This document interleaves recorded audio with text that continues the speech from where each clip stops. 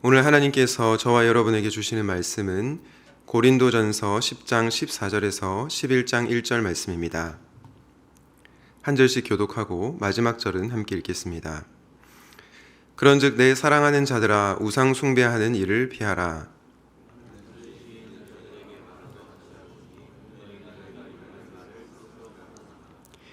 우리가 축복하는 바 축복의 자는 그리스도의 피에 참여함이 아니며 우리가 떼는 떡은 그리스도의 몸에 참여함이 아니냐.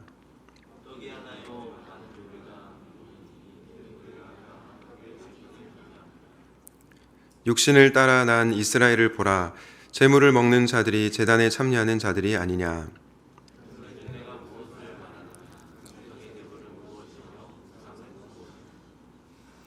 무릇 이방인이 제사하는 것은 귀신에게 하는 것이요 하나님께 제사하는 것이 아니니 나는 너희가 귀신과 교제하는 자가 되기를 원하지 아니하노라.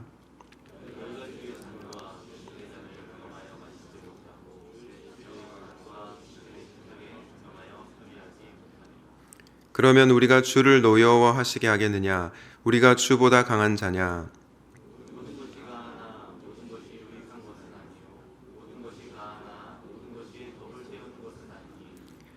누구든지 자기의 유익을 구하지 말고 남의 유익을 구하라.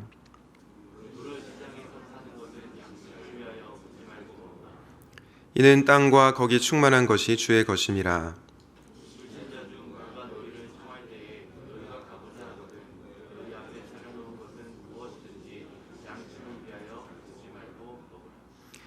누가 너희에게 이것이 재물이라 말하거든 알게 한 자와 그 양심을 위하여 먹지 말라.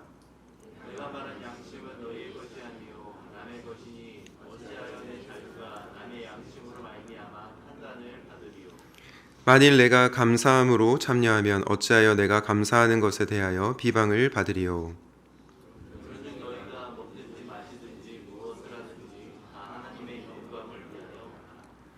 유대인에게나 헬라인에게나 하나님의 교회나 거치는 자가 되지 말고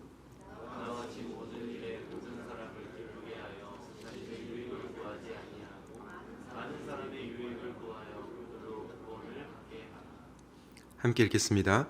내가 그리스도를 본받는 자가 된 것 같이 너희는 나를 본받는 자가 되라. 아멘. 오늘은 교회 문턱이라는 제목으로 하나님 말씀을 나누도록 하겠습니다. 저희 교단에 은퇴하신 교수님 중에 현유광이라는 교수님이 계신데 그분께서 교회 문턱이라는 책을 쓰셨습니다. 이 책의 핵심 골자는 다음과 같습니다. 교회당 문턱은 낮추고 교회 문턱은 높여라. 교회당 문턱은 낮추고 교회 문턱은 높여라. 여러분, 이 말이 무슨 말일까요? 이 샘물교회당이라고 하는 이 건물에 이 공간에 그 누구도 올 수 있다라는 것입니다. 가난하거나 부하거나 학력이 높은 자거나 낮은 자거나 생각과 가치관이 다른 자이거나 장애인과 비장애인 또한 그 어떤 죄인이라고 하더라도 이 샘물교회당에 누구나 차별 없이 들어올 수 있다라는 것입니다. 이것이 바로 교회당 문턱을 낮추라는 의미입니다. 반대로 교회의 문턱을 높이라라는 말은 어떤 의미일까요? 교회는 하나님께서 기뻐하시는 거룩한 공동체가 되어야 한다라는 것입니다. 사람의 뜻이나 생각이 아니라 하나님 말씀에 순종하는 공동체가 되어야 한다라는 것이죠. 이런 점에서 교회당 문턱은 낮추고 교회 문턱은 높여라 라고 주장을 한 것입니다. 그런데 저는 오늘날 많은 교회가 이 교수님의 주장과는 반대로 교회당 문턱은 높이고 교회의 문턱은 낮추어 교회의 건강성을 상실해 가고 있다고 생각합니다. 그렇다면 여러분, 교회당 문턱은 낮추고 교회 문턱은 높여야 하는 이유가 도대체 무엇일까요? 오늘 고린도전서 말씀을 통해 묵상하실 때 주님이 기뻐하시는 건강한 교회를 세워가시는 목자님들 되시기를 예수님의 이름으로 축복합니다. 사랑하는 목자님 여러분, 우리는 왜 교회당 문턱을 낮추어야 할까요? 그 이유는 바로 비신자를 위하여, VIP를 위하여 교회당 문턱을 낮추어야 됩니다.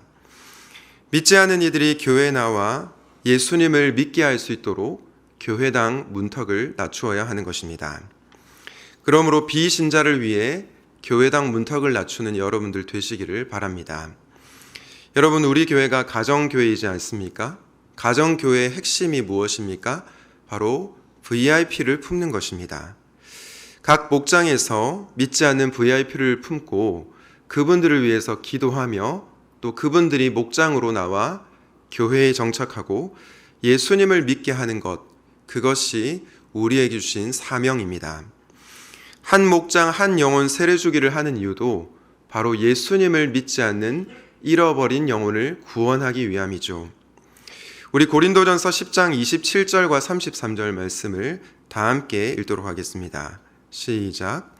불신자들 가운데서 누가 여러분을 초대하여 거기에 가고 싶으면 여러분 앞에 차려놓은 것은 무엇이나 양심을 위한다고 하여 묻지 말고 드십시오.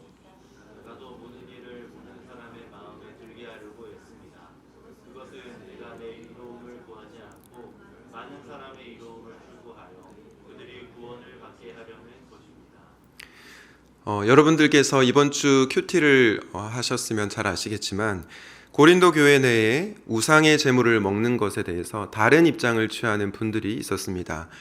소위 말하는 강한 자는 그 음식을 먹는 것이 무슨 큰 잘못이냐, 당연히 먹을 수 있다라고 주장을 했고요. 또 마음이 약한 자들, 그들은 우상의 제물을 먹는 것에 대해서 양심의 거리낌을 받았습니다. 이 부분에 대해서 성경은 어떻게 말씀하고 있었나요? 그 어떤 음식도 먹을 수 있다. 그러나 연약한 형제의 약함을 배려하라고 당부했습니다. 그리스도께서 연약한 형제를 위하여 십자가에서 죽으셨음을 기억하고 나의 오름을 내려놓을 수 있어야 된다. 공동체의 덕을 세워야 한다는 그런 권면의 말씀을 받았습니다. 그런데 오늘 27절에서 뭐라고 말씀하고 있습니까? 불신자들이 여러분을 초대해서 앞에 차려놓은 것이 있다면 양심을 위한답시고 캐물어 보지 말고 무엇이든 다 먹으라라고 말씀하고 있습니다. 왜 이런 말씀을 한 것일까요? 양심이 중요하지 않아서입니까? 그렇지 않습니다. 그것은 바로 불신자들, 비그리스도인들을 위한 것이었습니다. 비신자를 위해 교회당 문턱을 낮추라고 한 것입니다. 아마 여기 계신 분들 가운데 제사 문제로 많은 고민을 했던 분들, 그리고 지금도 하는 분들이 있을 줄로 압니다. 제사 때 절을 해야 하나, 하지 말아야 하나, 제사 음식은 먹어야 하나, 먹지 않아야 하나, 이런 실제적인 고민이 드실 것입니다. 사실 굉장히 민감한 문제이죠. 그런데 이런 문제 앞에서 우리가 하는 행동이 무엇 때문에 그렇게 하는지를 한번 돌아보면 좋겠습니다. 제사 음식을 먹는 것이 정말로 비신자에게 어떠한 영향을 끼치는가, 또 우리가 그 앞에서 절을 하는 것이 그들에게 어떠한 영향을 미칠 것인가, 그것을 고민해 보면 좋겠습니다. 중요한 것은 우리의 마음에 비신자의 영혼을 구원하고자 하는 마음이 있는가, 그것을 물어보라는 것입니다. 사랑하는 목자님 여러분, 여러분들은 비신자들이 여러분의 목장에 들어올 수 있도록 교회당 문턱을 낮추고 있습니까? 그 누구든지 간에 그들을 환대하고 계십니까? 저는 여러분들이 비신자들의 영혼을 위하여 교회당 문턱을 낮추는 분들이 되시면 좋겠습니다. 그런 여러분들을 통해 믿지 않은 영혼들이 주님께로 돌아오게 되는 은혜가 있기를 예수님의 이름으로 축복합니다. 앞서 비신자를 위해 교회당 문턱을 낮추라고 말씀을 전했는데요. 이번에는 방향을 바꿔서 교회 문턱을 높여야 되는 이유를 함께 묵상하려고 합니다. 우리는 왜 교회 문턱을 높여야 될까요? 그 이유는 바로 교회의 거룩성을 위해서입니다. 교회의 거룩함을 위하여 우리는 교회 문턱은 높여야 합니다. 여러분, 교회는 어떤 공동체입니까? 교회는 성령의 전임으로 거룩한 공동체입니다. 이런 점에서 교회는 교회 문턱을 높여야 합니다. 오늘 본문에서도 사도 바울은 이렇게 말합니다.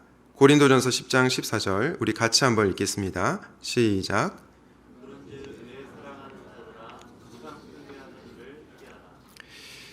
여러분, 여기서 우상 숭배는 어떤 것을 의미할까요?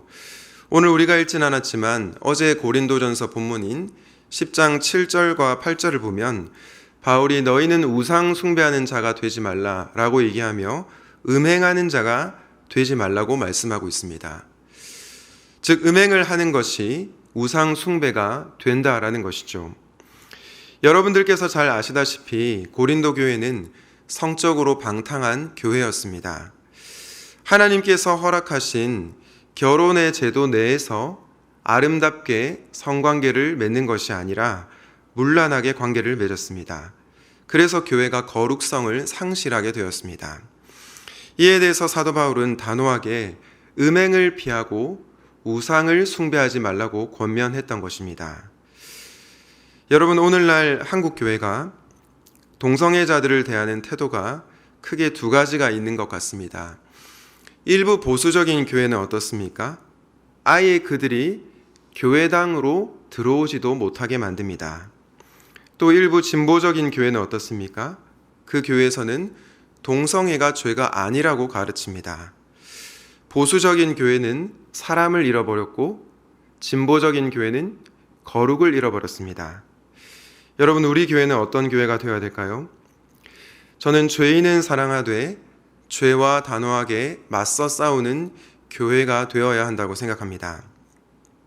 예컨대 우리 교회에 동성애자들이 찾아올 수 있죠.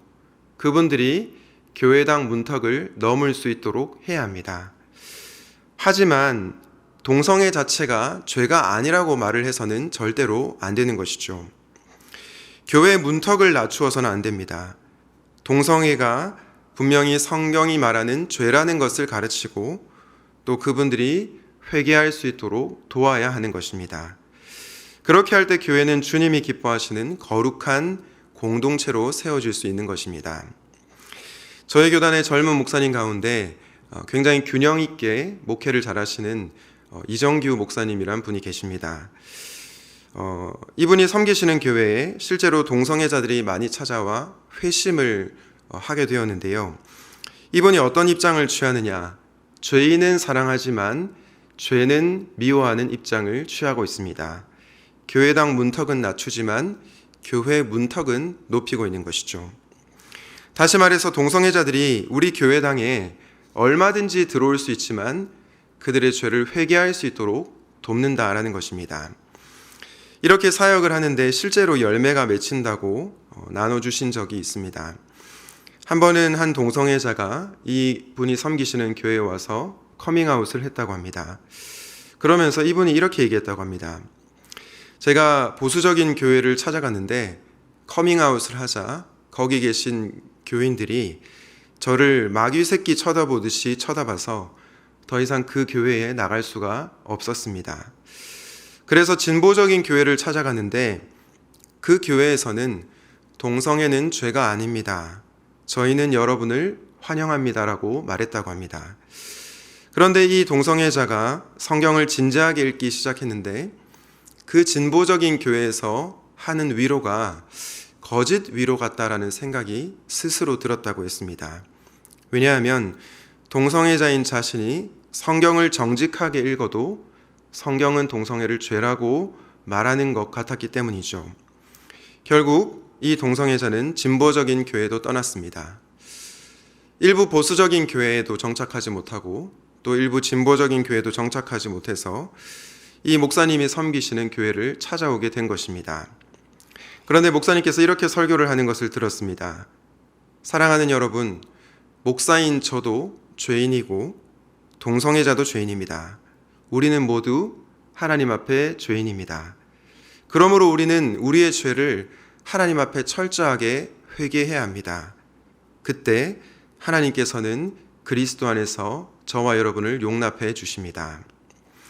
이 말씀을 들은 동성애자는 자신의 죄를 회개하고 예수 그리스도를 영접했다는 얘기를 전해 듣게 되었습니다. 저는 이것이 바로 교회당 문턱은 낮추지만 교회의 문턱은 높이는 케이스라고 생각합니다. 사랑하는 목자님 여러분, 여러분은 사랑이라는 이름 하에 죄와 타협하고 있지는 않습니까? 만약 그렇다면 우리는 교회의 거룩함을 놓치고 있는 것입니다. 우리는 죄에 대해서 단호하게 맞서 싸워야 합니다. 바라기는 교회의 거룩성을 위해 교회 문턱을 높이는 목자님들 되시기를 예수님의 이름으로 축복합니다. 지금까지 저는 비신자를 위해 교회당 문턱은 낮추고 또 교회의 거룩성을 위해 교회 문턱은 높이라 라는 말씀을 전했습니다. 그런데 여러분, 우리는 왜 교회당 문턱은 낮추고 교회의 문턱은 높여야 하는 것일까요? 마지막 이유는 이것입니다. 바로 하나님의 영광을 위하여입니다. 하나님의 영광을 위하여. 우리 고린도전서 10장 31절 말씀을 다 함께 읽도록 하겠습니다. 시작. 그런즉 너희가 먹든지 마시든지 무엇을 하든지 다 하나님의 영광을 위하여 하라.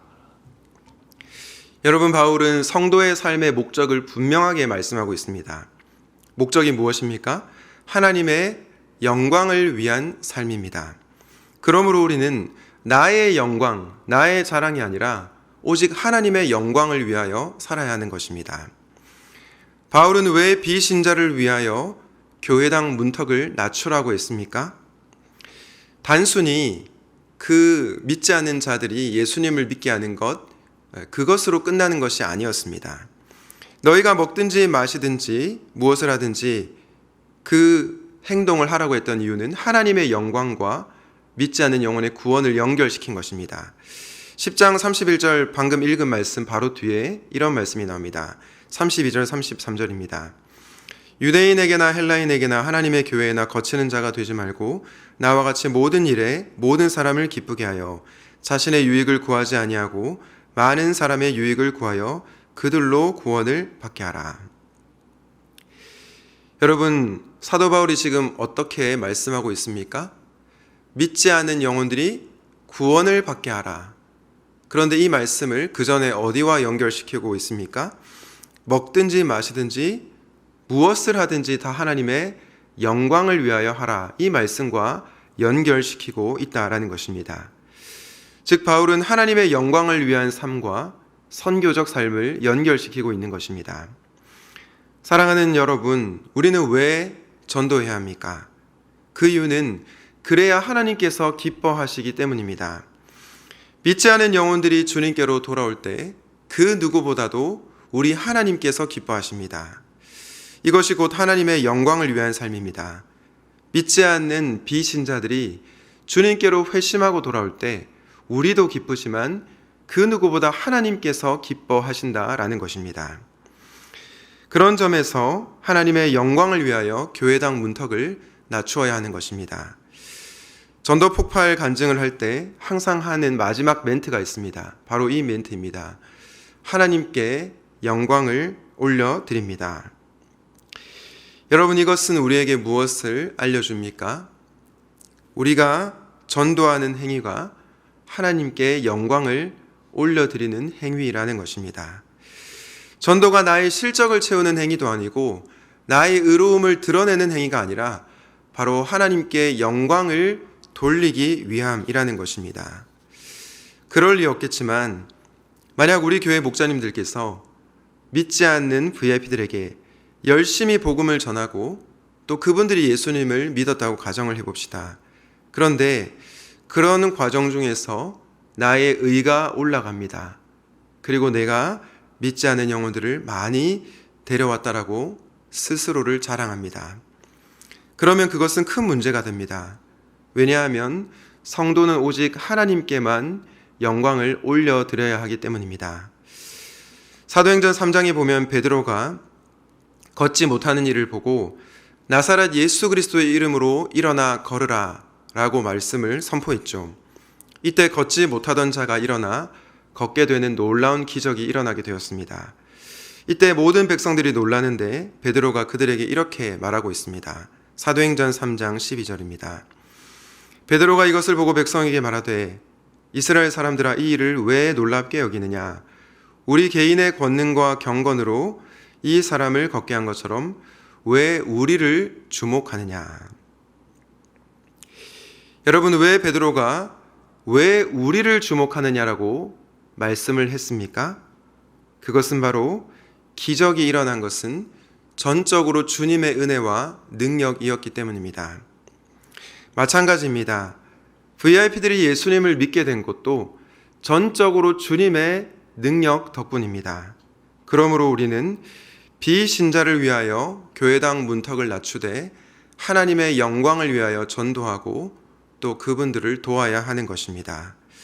이 사실을 기억하시고 교회당 문턱을 낮추는 저와 여러분이 되시면 좋겠습니다. 교회의 문턱을 높이는 이유도 마찬가지입니다. 사랑하는 목자님 여러분, 우리는 왜 교회의 거룩함을 추구해야 됩니까? 나의 거룩함을 드러내기 위함이 아니라 하나님의 거룩함이 이 땅 가운데 드러나기 위함입니다. 마태복음 6장 9절입니다.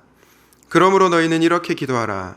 하늘에 계신 우리 아버지여, 이름이 거룩히 여김을 받으시오며.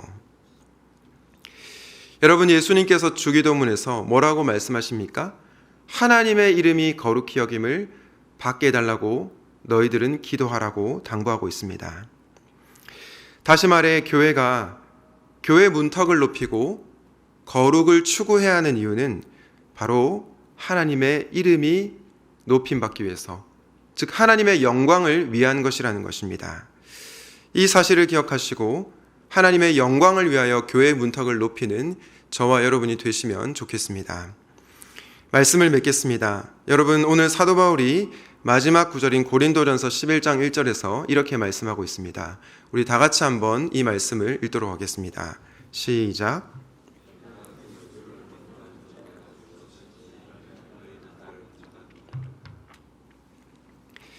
여러분, 바울이 고린도 성도들에게 내가 그리스도를 본받는 자가 된 것 같이 너희는 나를 본받는 자가 되어라 라고 말씀을 한 이유가 무엇입니까? 자기가 잘난 척하기 위해서입니까? 그렇지 않습니다. 바로 그리스도를 본받는 자기 자신을 본받으라. 다시 말해서 그리스도를 본받으라 라고 당부하고 있는 것입니다. 그런데 우리 주 예수님께서는 어떤 삶을 사셨습니까? 그분은 교회당 문턱은 낮추고 교회의 문턱은 높이는 삶을 사셨습니다. 예수님은 세리와 창녀들의 친구가 되어주셨습니다. 가늠한 여인도 정죄하지 않으셨습니다. 그러나 세리와 또 창녀들을 향하여 회개를 선포하셨습니다. 가늠한 여인에게 다시는 죄를 짓지 말아라, 거룩한 삶을 도전하셨습니다. 왜 예수님께서 이런 삶을 사신 것입니까? 바로 하나님의 영광을 위한 삶을 사셨기 때문입니다. 예수님께서 하나님의 영광을 위하여 사랑과 거룩, 거룩과 사랑의 삶을 사신 것입니다. 그러므로 그리스도를 본받는 저와 여러분도 하나님의 영광을 위하여 사랑과 거룩의 삶을 살아야 하는 것입니다. 바라기는 그리스도를 본받아 교회당 문턱은 낮추고 교회의 문턱은 높이는 여러분 되시기를 예수님의 이름으로 축복합니다. 그리하여 우리 교회에 믿지 않는 비신자들이 들어와 회심하게 되는 놀라운 기적의 역사가 나타나고 교회의 거룩함도 훼손되지 않는 그런 건강한 교회가 되기를 예수 그리스도의 이름으로 축원드립니다. 아멘. 오늘 말씀을 기억하며 함께 찬양하도록 하겠습니다.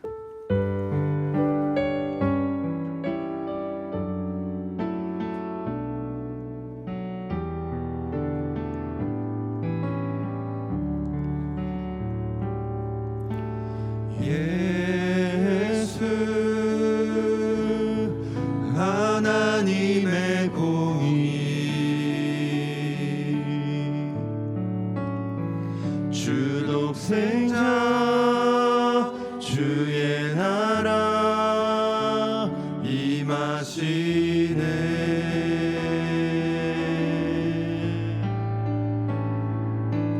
예수 제물이 되신 주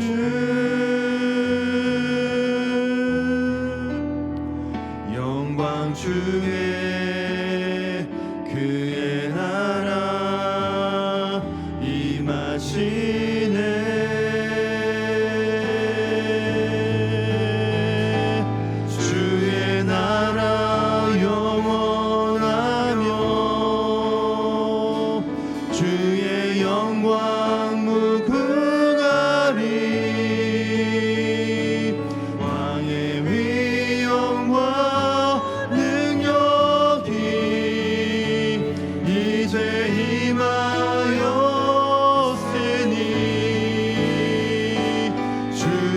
주권과 주의 통치와 주의 나라 힘과 권세 임하네. 예수 하나님의 공의, 예수 하나님의 사랑, 예수 하나님의 사랑,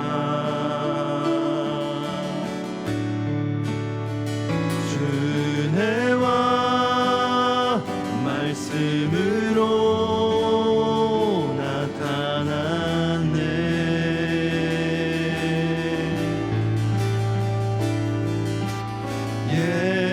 예수 거룩한 하나님,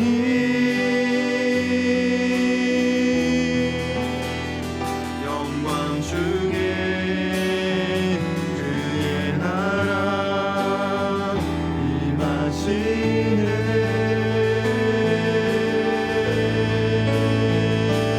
주의 나라 영원하며 그의 영광 무궁하리. 왕의 위엄과 능력이 이제 임하였으니 주의 주권과 주의 통치와 주의 나라 힘과 권세 임하네. 예수 하나님의 공의. 우리 말씀을 기억하면서 함께 기도하면 좋겠습니다. 샘물교회가 그 어떤 누구라도 올 수 있는 사랑의 공동체, 교회당 문턱을 낮추는 교회가 되게 해달라고 기도하면 좋겠습니다. 혹시 여러분들은 여러분의 기준으로 누군가를 판단하고 여러분의 잣대로 누군가가 교회에 오는 것을 불편해하고 있지는 않았습니까? 그것이 물질의 문제이든 또 생각의 문제이든 또 장애를 가진 것의 문제이든 또한 여러분이 생각할 때 어떻게 저런 사람이 교회에 올 수 있나라고 생각했던 적이 있다면 이 시간 회개하며 나아가면 좋겠습니다. 우리가 그 어떤 죄인이라고 하더라도 그리스도께는 그 죄인을 사랑하십니다. 그 마음을 품고 또 특별히 목자님들, 믿지 않은 영혼들이 정말로 이 샘물교회당 문턱을 넘을 수 있도록 그들을 환대하는 저희들 되게 해달라고 이 시간 함께 기도하도록 하겠습니다. 사랑하는 하나님 아버지, 이 시간 우리 목사님들 하나님 기도하는 가운데 교회당 문턱을 낮추고 정말로 비신자들을 환영하는 저희들이 되기를 원한다라고 결단하는 저희들이 되기를 원합니다. 하나님 아버지, 우리는